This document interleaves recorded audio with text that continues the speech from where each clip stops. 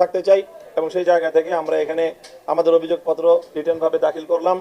এবং যদি এখানে ওনারা এটা আমলে না নেন এবং এর যদি কোনো বিহিত নির্বাচন কমিশন না করে, কারণ আমরা তো যথাসময়ে নির্বাচন কমিশনের পক্ষ থেকে ফলাফল ঘোষণা করার অনেক আগেই আমি আমার অভিযোগ এখানে জানিয়েছি তাদেরকে।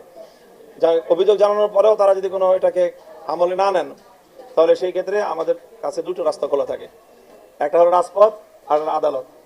তো আদালতে তো আরও পরের প্রশ্ন, কারণ এই গেজেট প্রকাশ করার প্রেক্ষিতে আরও কার্যক্রম হবে, আদালত খুলবে, তারপরে সেই আদালতের মাধ্যমে পরবর্তী যে পদক্ষেপ নেওয়ার।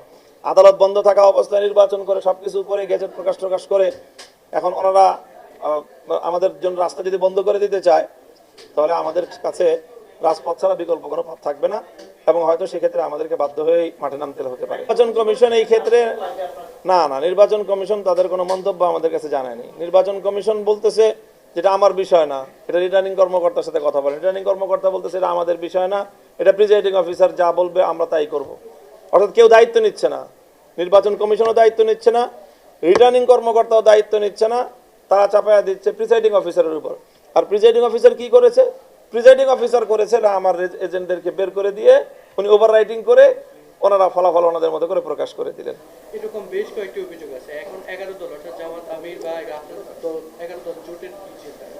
আমাদের জোটের চিন্তা যেটা গতকালকে আমরা বলেছি যে আমরা দেশে কোনো অস্থিতিশীল পরিবেশ সৃষ্টি হোক সেটা চাই না। যেভাবে হোক নির্বাচন হয়েছে, এই নির্বাচনের প্রেক্ষিতে আমরা দেশটা সামনের দিকে এগিয়ে যাক। সরকারে দলে যারা এসেছে, বিরোধী দলে যারা এসেছে, তারা তাদের ভূমিকাটুকু পালন করার সুযোগ পাক, সেই ব্যাপারে আমরা পজিটিভলি চিন্তা করছি।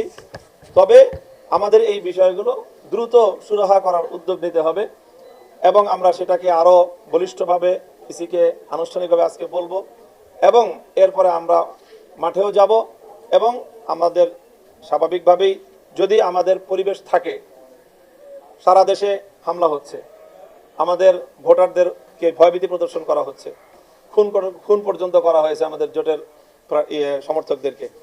তো এই জাতীয় কার্যক্রম যদি পরিচালিত হতে থাকে, তাহলে তো আমাদেরকে ভাবতে হবে যে আমরা আসলে কতটুকু পর্যন্ত যেতে পারবো। আমাদের সদিচ্ছা আছে সব কিছুকে সহযোগিতা করার এবং সর্বোচ্চ ছাড় দেওয়ার, কিন্তু আমাদের এই উদারতাকে দুর্বলতা ভাবলে এটা চরম ভুল হবে। কাজে আমরা এই ব্যাপারে আমাদের 11 দলীয় জোটের মধ্যে মজবুত দৃঢ়তা, আমাদের